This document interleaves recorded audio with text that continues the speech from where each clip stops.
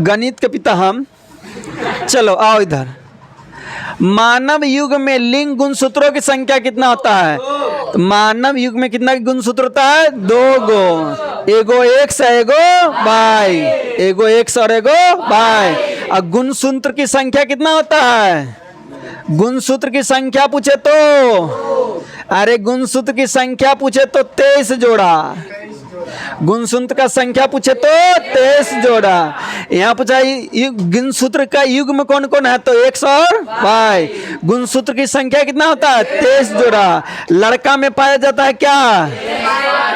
लड़का में, लड़की में बुलाइएगा। तू लोग बायोलॉजी में बड़ी खतरनाक लड़का है हो, बड़ी बायोलॉजी तो लोग जानता है। चलो आगे। प्रकाश संश्लेषण की प्रकाश अभिक्रिया होती है। बोला प्रकाश संश्लेषण कहाँ होता है? प्रकाश संश्लेषण कहाँ होता है? तो कहाँ होता है? क्लोरोप्लास्ट के ग्रेना में। क्या होता है? क्लोरोप्लास्ट के ग्रेना। प्रकाश संश्लेषण कहाँ होता है? अरे बोलो, मुंह में क्या हो गया? अधिकतर के तो पढ़िए नहीं आ रहा होगा, इसीलिए चुप है। आधा के पढ़े नहीं आ रहा, नहीं तो खड़ा करके बोलो अभी प्रूव करा देते हैं। ठीक है, अब बेइज्जती करवाओगे ऑनलाइन तो अच्छा लगता है, ऑफलाइन में थोड़ा मोड़ा बेइज्जती हो ही जाता है तो चलता है। ठीक है, तो भैया प्रकाश संश्लेषण कहाँ होता है?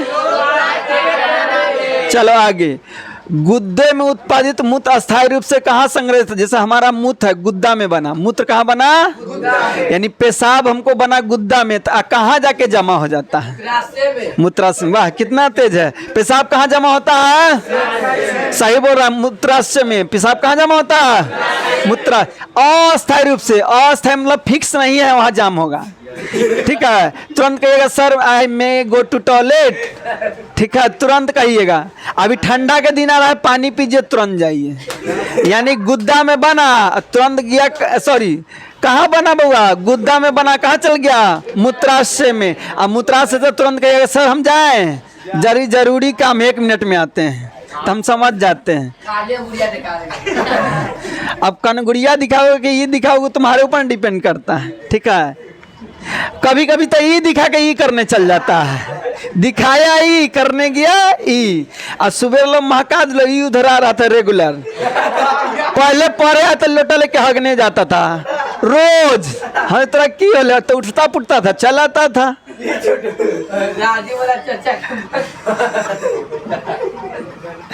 चलो, तो गुद्दा में जो मूत्र कहाँ जमा होता है? पेंटन, जिसका अनुसूत्र देखो, पेंटन का फॉर्मूला C5H12। क्या है? कितने संरचना आप यानी क्या वो संरचना बना सकते हैं? तो क्या वो बना सकते हैं? 3 गो। पेंटन का क्या सूत्र बनेगा? 3 गो। यानी डायग्राम बनाइए तो 3 गो बनेगा। कार्बन आवर्त सारणी के किस समूह में वर्ग में है? बोला कार्बन आवर्त सारणी के किस वर्ग में है? आवर्त सारणी अभी पढ़ रहे हैं ना, तो आवर्त सारणी के 3 में है, 13 में है, 4 में है, 14 में। कौन में है? 14 में। कार्बन कहाँ है? 14 में। ठीक है, चलो आगे बढ़ो बउआ। घेंघा रोग कैसे होता है? कैसे होता है? चलो आगे। रंध्र मुख पाए जाते, रंध्र कहाँ होता है? पत्ती के नीचे के ऊपर। रंध्र होता है पत्ती के नीचे, पत्ती के गणिया के नीचे। ठीक है, तब रंध्र कहाँ होता है? पत्ती के नीचे। उपादता है तो हवा आता जाता है। ठीक है, रंध्र पादेगा ना तो हवा आता जाता है। अब पेशाब करता है उसको वाष्पोत्सर्जन कहते हैं। ठीक है, गैस छोटा है उसको कहते हैं गैस को लेना और देना, वो दोनों काम करता है। ठीक है, अर्धान वही अभी तो बताया है कि अंडाणु धीरे धीरे बड़ा होकर क्या बन जाता है? फल। अब बकलो ले थोड़ा देर पहले ही बताए हैं। तुम बैल है? आओ इधर देखो। अब आ जाओ। रक्तचाप, रक्तचाप मतलब होता है बीपी। रक्तचाप मतलब बीपी। मापने वाला उपकरण, किससे बीपी मापते हैं? किससे मापते हैं? किससे मापते हैं? अभी बोलो। अरे बीपी किससे मापते हैं? जोर से बोलो तो। अभी कल समझ में आ रहा है कि चच्चा के मौसा बनाने में कितना प्रॉब्लम होता है। चच्चा के मौसा बनाओगे तो दिक्कत तो झेलना पड़ेगा ही। अब दोनों एक के जगह होगा तब मौसी मौसी में लड़ा हुई है ना, हो पटीदार बन जाएगा। तब बीपी किससे मापते हैं? अरे बोलो, स्फैग्नोमैनोमीटर, इससे क्या मापते हैं? बीपी। और दूध किससे मापते हैं? शुद्ध है कि नहीं? दूध के शुद्धता, दूध शुद्ध है कि नहीं, उसको किससे? अब बीपी किससे? स्फैग्नोमैनोमीटर। स्टेथोस्कोप से दिल की धड़कन, न कहते मेरा दिल बहुत धड़क रहा है, ठीक है, तो दिल की धड़कन किससे?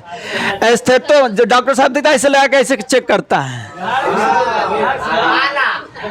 आला कहते हैं ना, आला, वो जो आला कहते हैं ना, वही आला क्या करता है? दिल की धड़कन को मापता है, तो उसका नाम है स्टेथोस्कोप, यानी दिल की धड़कन को मापता है स्टेथोस्कोप। ए मीटर विद्युत धारा को मापता है। ए मीटर, बोलिएगा आप सब, ए मीटर। स्टेथोस्कोप किसकी धड़कन? रियल में दिल नहीं है, ऐसे दुगो भाग है और में बहुत सारा छेद है। दिल में वास्तव में क्या है? छेद है, उसी को हम लोग क्या मानते हैं? दिल कुछ है नहीं, तो फिर भी कैसे कह देता हम दिल तुमको दे दिए, ठीक है। हनुमान जी थोड़ी हो रहा है कलेजा चीर के दिखा दोगे, हनुमान जी थोड़ी हो रहा है कलेजा चीर के दिखा दोगे। ए रुको, क्या बोल रहा है? दिल में ढेर बिल, ओकर दिल में बहुत सारा बिल है, ठीक है। कोई जाना चेक करके देखना बउआ। चलो आइए, चलो। पराग कोष में क्या पाया जाता है? पराग कोष में, अरे पराग कोष में जोर से बोलो, आगे बढ़ो।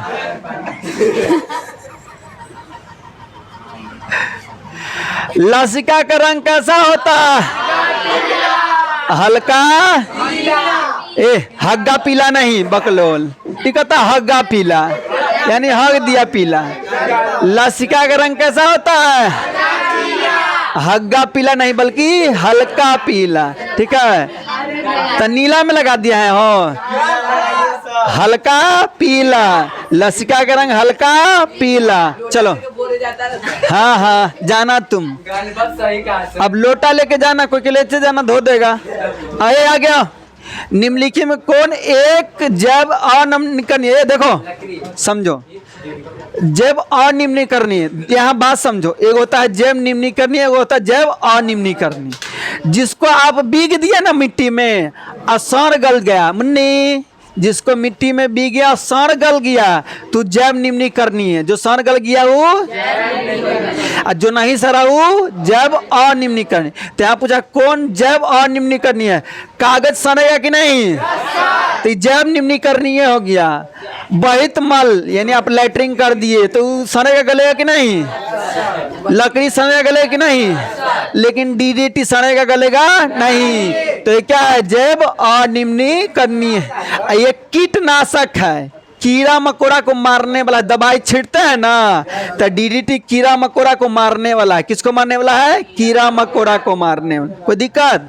आगे, सेल का विद्युत वाहक बल क्या है?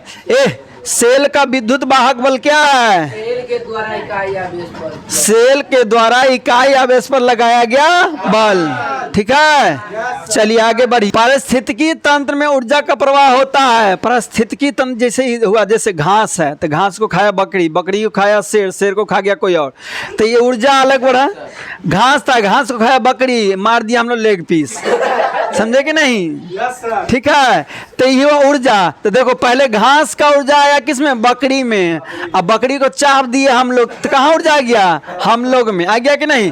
तो ऊर्जा एक तरफ न जा रहा है, हम लोग से ऊर्जा बकरी में थोड़ी जा रहा है। हमको बकरी खाएगा तो ऊर्जा उधर जाएगा, यानी ऊर्जा कैसे जाएगा? एक तरफ, ठीक है। मान लीजिए कि मुर्गा वाला दाना था, तो दाना को खाया मुर्गा, मुर्गा को लेग पीस चाप दिए हम लोग, यानी दाना वाला एनर्जी ऊर्जा गया मुर्गा में, मुर्गा वाला हम में, समझे कि नहीं? समझ रहे बात को? तो ऊर्जा एक के तरफ जाता। ऐसा हो सकता है कि हम लोग मुर्गा खाएं, उल्टा नहीं ना जा सकते हैं, पिछुआड़े नहीं जा सकते, अगुआड़े बढ़ सकते हैं। तो एक दिशा में ना, तो पारिस्थितिकी तंत्र में ऊर्जा कैसे जाता है? एक दिशा में, एक के दिशा में।